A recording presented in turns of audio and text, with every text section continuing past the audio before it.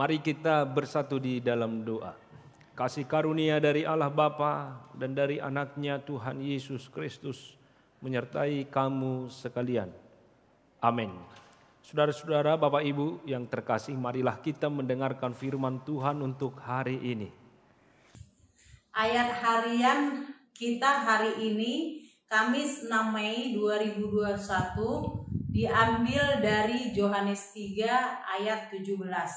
Sebab Allah mengutus anaknya ke dalam dunia bukan untuk menghakimi dunia, melainkan untuk menyelamatkannya oleh Dia. Demikian firman Tuhan.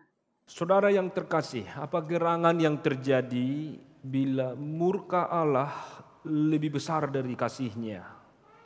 Bila murka Allah lebih besar dari kasih-Nya, pasti tidak seorang pun dari kita akan beroleh selamat. Kita semua akan dihukum. Kematian menjadi upah kita.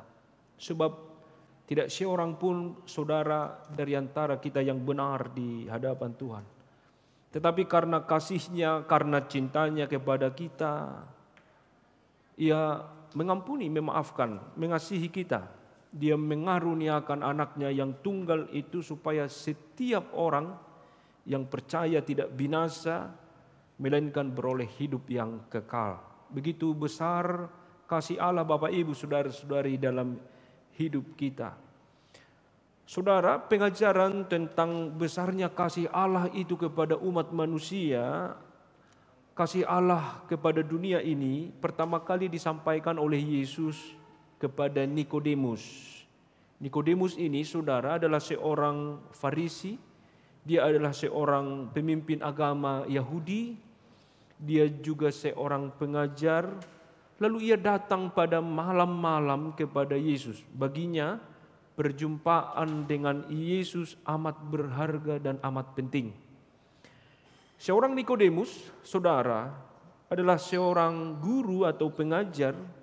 Seorang dari imam Yahudi itu mau belajar kepada Yesus, padahal dia adalah seorang guru. Nikodemus berkata kepada Yesus, "Rabi, guru, engkau adalah Rabi, guru yang diutus Allah." Perjumpaan dan percakapan Nikodemus dengan Yesus, saudara, menumbuhkan pemahaman baru tentang arti dilahirkan kembali. Bagi Nikodemus, pada awalnya dia memahami, saudara, bahwa lahir kembali itu dia pahami secara duniawi, dimengerti secara duniawi. Bagaimana mungkin saya dilahirkan kembali kalau ia sudah tua? Bagaimana mungkin ia masuk kembali ke rahim ibunya?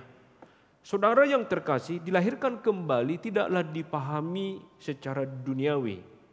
Dilahirkan kembali adalah hidup di dalam kebenaran, hidup di dalam roh, percaya kepada Kristus. Sebagai orang Kristen, saudara, kita sudah menerima hidup baru. Melalui baptisan yang kita terima sebagai anak-anak Tuhan, kita adalah orang-orang yang sudah hidup di dalam hidup yang baru.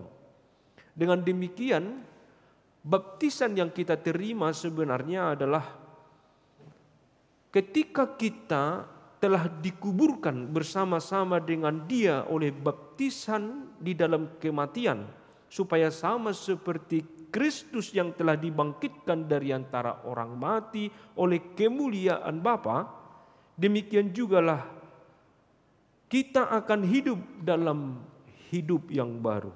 Maka saudara, baptisan yang kita terima mengingatkan kita bahwa kita telah menerima pengampunan, kita menerima hidup yang kekal, dan baptisan itu adalah hidup baru, dilahirkan kembali. Mari percaya dengan itu saudara, bahwa hidup kita sungguh-sungguh berharga di mata Tuhan. Maka firman Tuhan mengingatkan kita pada hari ini, sebab Allah mengutus anaknya ke dalam dunia ini bukan untuk menghakimi, melainkan untuk menyelamatkan dunia ini, menyelamatkan kita. Maksud dari nas ini saudara, bahwa apa yang dikatakan tadi bukanlah menunjuk kepada kedatangan Kristus yang kedua kali, tetapi yang mau dikatakan adalah anugerah penebusan yang telah kita terima dalam peristiwa salib di Golgota. Pengorbanannya adalah kesembuhan kepada kita saudara. Sebab betapapun kita baik, betapapun engkau saleh, betapapun engkau rajin beribadah, bukan itu yang menyelamatkan kita. Yang menyelamatkan kita adalah kemurahan dari pembenaran Allah, kasih setia Tuhan yang menjadikan kita selamat. Tidak ada yang lain.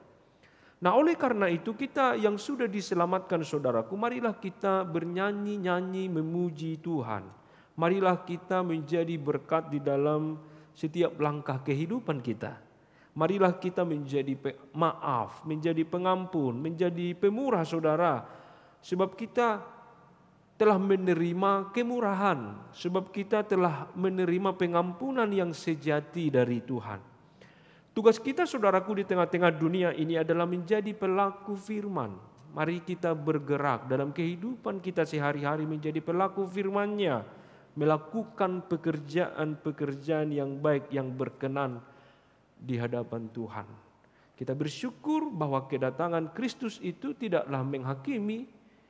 Dunia ini kita telah diselamatkan, maka oleh karena itu marilah kita melakukan perbuatan-perbuatan yang baik. Orang yang bernyanyi-nyanyi memuji Tuhan adalah mereka yang selalu mengisi kehidupannya dengan kebaikan-kebaikan dan meneladani Kristus sebagai ungkapan syukur bahwa kita telah diselamatkan. Mari bersyukur, saya Bapak Ibu Saudara-saudari sudah mendapatkan keselamatan di dalam Kristus. Tuhan Yesus memberkati. Amin, kita berdoa. Hari ini kami diingatkan bahwa Yesus datang ke dunia ini bukanlah menghakimi kami, telah menyelamatkan kami dari dosa. Peristiwa Golgota, Yesus disalibkan menjadi keselamatan bagi kami tatkala Ia mati dan bangkit untuk kami. Oleh karena itu hari ini kami diingatkan untuk mengisi sukacita kami itu dengan perbuatan-perbuatan yang baik, menjadi pemurah, menjadi pemaaf, hidup setia kepada Tuhan. Berkatilah seluruh jemaat-Mu dimanapun berada satu hari ini dalam memulai aktivitas pekerjaan, anak-anak yang sekolah, demikian juga bagi anak-anak Tuhan yang sedang mencari pasangan hidup, secara khusus bagi jemaat yang sedang sakit di rumah sakit atau pemulihan di rumah masing-masing. Terima kasih Bapa, dalam Yesus kami berdoa. Amin.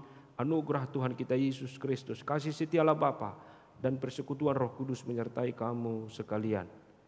Amin.